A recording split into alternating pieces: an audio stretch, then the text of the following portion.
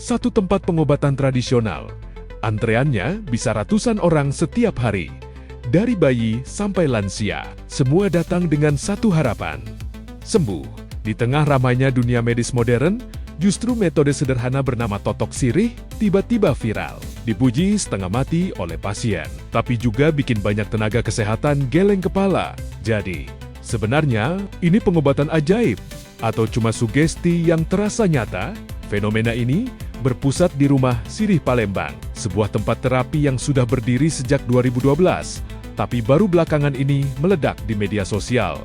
Metodenya cukup unik. Terapis akan menekan titik-titik tertentu di tubuh menggunakan alat kayu, lalu menggunakan daun sirih sebagai media terapi. Daun sirih sendiri memang dikenal punya sifat antiseptik alami, tapi yang bikin publik heboh bukan cuma itu, melainkan satu hal yang terasa di luar dugaan. Terapis di sini kerap langsung memberikan diagnosis saat terapi berlangsung tanpa alat medis, tanpa pemeriksaan laboratorium. Dan justru disitulah perdebatan mulai memanas. Di satu sisi, testimoni bermunculan.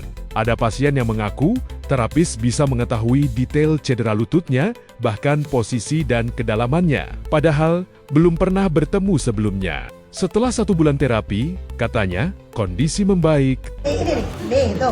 Yes, dalam sini nih. Yes, dikit lagi ya. Yes, nih. Cuma dia kategori robeknya itu dia nggak sampai robek banget enggak. Cuma dia di epidermisnya. Yes, kita ya. Yes, ini ya, sorry ya. Yes, oke. Makanya ini kalau duduk berdiri duduk kalau sakit. Yes, cuma dibawa lari kecil enggak sih? Yes, nih. Itu tadi dikasih sankis. Yes, kulitnya nanti digosokin ke sini ya. Kulit sankisnya. Yes, oke. Yes, nih tahan ya. Yes, nih sebelahnya. Ada sankis ada yang ya.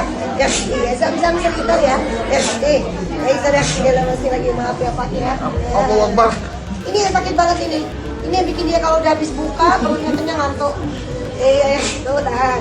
Bahaya takut ada penyumbatan. Yes, nih. Sebelah sini, enggak, sebelah sini. Nah, tuh. Yes, oke. Yes, jadi dia sel batang otak sebelah kanan sama banyak mikir juga. Jadi, cek ke dokter belum? Belum. Oke. Dia ada radang empedu ya. Ya, tanya ya sama sini ya. Ya, nih. Kolesterolnya juga nggak tinggi 255. Oke, tanya oke. Sankis 2. Ya, dalam 1. Buah naganya 5. Ya, telur ayam kampung 10 ya. Ya, oke. Ya, tanya. Cerita lain bahkan lebih ekstrem. Seorang pasien yang sebelumnya harus duduk di kursi roda mengaku bisa kembali berjalan setelah 4 bulan terapi. Narasi seperti ini menyebar cepat dari komentar ke video, lalu jadi kepercayaan. Dan efeknya langsung terasa. Rumah Sirih Palembang kini disebut bisa menerima 200-300 pasien setiap hari, tanpa tarif khusus. Semua seikhlasnya.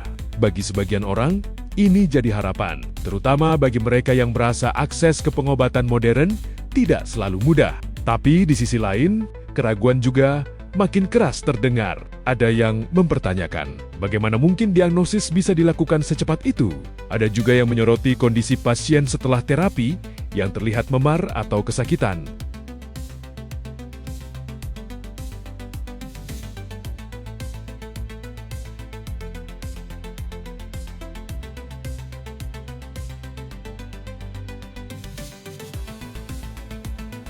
Bahkan dari kalangan tenaga kesehatan sendiri, muncul kekhawatiran. Karena sampai saat ini, klaim bahwa metode seperti ini bisa menyembuhkan penyakit serius. Belum didukung bukti ilmiah yang kuat. Di dunia medis, ada yang disebut evidence-based medicine. Artinya, setiap pengobatan harus melalui penelitian, uji klinis, dan pembuktian yang jelas. Dan disinilah jarak antara kepercayaan dan sains mulai terlihat. Udah lama nggak kesini ya? Ya, tuh. Iya, oke. Ya, ini kalau aku lihat ini efek dari premenopause ya. Ya, jadi haidnya nggak berhenti ini. Bukan haid ini, bleeding ya. Ya, oke. Ini ada endometriosis budak. Apa merah itu 10-10? Melonnya 1, buahnya kayak 3. Ya, nih. Sudah, oke. Iya, ya, oke. Kalnexnya apa ya? 500 mg. Nanti ibu beli kalnexnya 2 keping, nanti kayak doain ya pakainya. Kontrol dulu nih seminggu kalau bisa 2 kali. Senin Rabu boleh. iya ya, ya, nah, ya.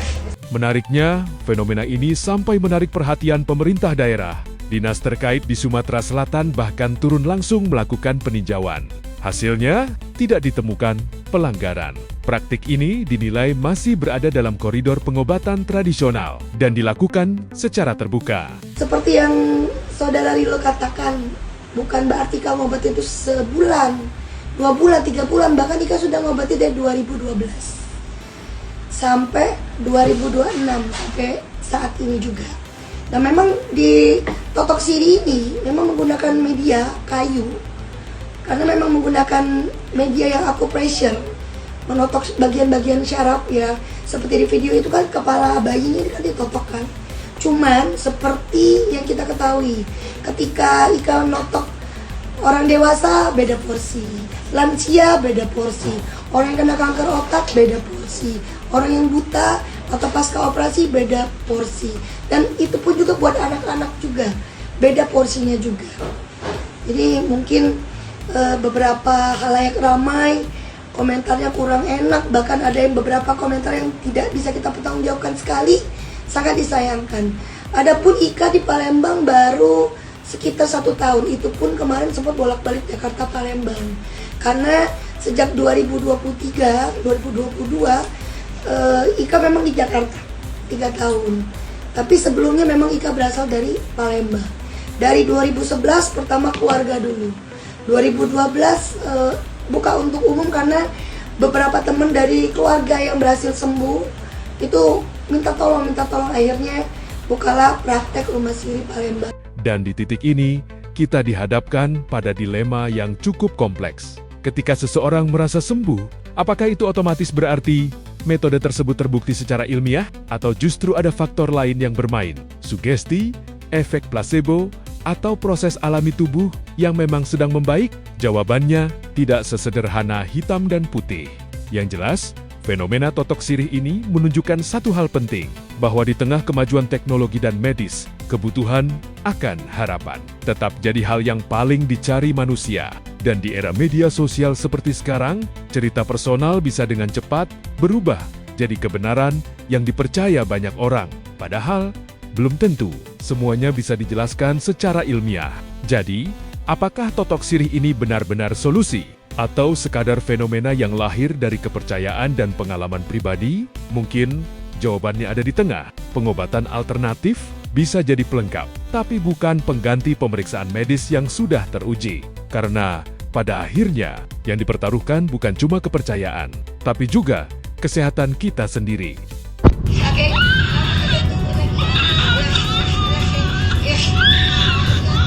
Halo, aku Dr. Aiman. Lantas aku izin menjelaskan walaupun udah malam, cuman kayak pengen bahas aja gitu. Sebetulnya kalau misalkan pengen ikhtiar pengobatan alternatif sih nggak ada masalah ya gitu. Cuman pengobatan alternatifnya kan harus cari dulu pakai metode apa, apakah ya lebih baik terbukti secara ilmiah, ada izin Kemenkes, tujuannya buat apa gitu, apalagi ini buat anak-anak gitu. Karena kalau saya lihat sih anaknya sangat tidak nyaman, bisa aja kesakitan, takutnya kan gitu, yang kalau kenapa-napa takutnya membahayakan. Jujur case detailnya nih aku masih kurang paham, tapi sebaiknya kalau misalnya ada kondisi kesehatan tertentu, konsultasikan ke dokter spesialis anak juga secara medis, biar dicari nih penyebabnya, ada evidence base-nya kan. Kalau secara medis ya kayak dilakuin tindakan ini, pemeriksaan ini ya karena ada dasar ilmiahnya. Semoga anaknya cepat sehat ya, dan buat orang tuanya misalkan mau melakukan pengobatan medis alternatif atau apapun itu ya mungkin bisa ditanyakan metodenya apa, berdasarkan apa, tujuannya apa ya kan, karena pastinya pengen buat kesehatan anaknya gitu, dan anaknya juga berusahanya semoga aman, bukannya malah kesakitan dan tambah sakit gitu kan, tujuannya buat kesehatan. Jadi begitu, semoga bermanfaat. Mungkin ada dokter spesialis anak yang lebih bisa menjelaskan.